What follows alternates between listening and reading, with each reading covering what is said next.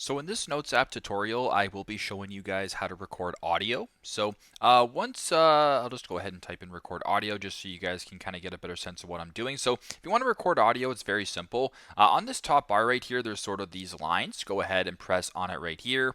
It'll open up this screen right here on the right where you can go ahead and record your audio. So if you want to go ahead and record it, you can press the red button right here. So this is an example of recorded audio. Press pause, and if this looks good to you, you can also go ahead and play it.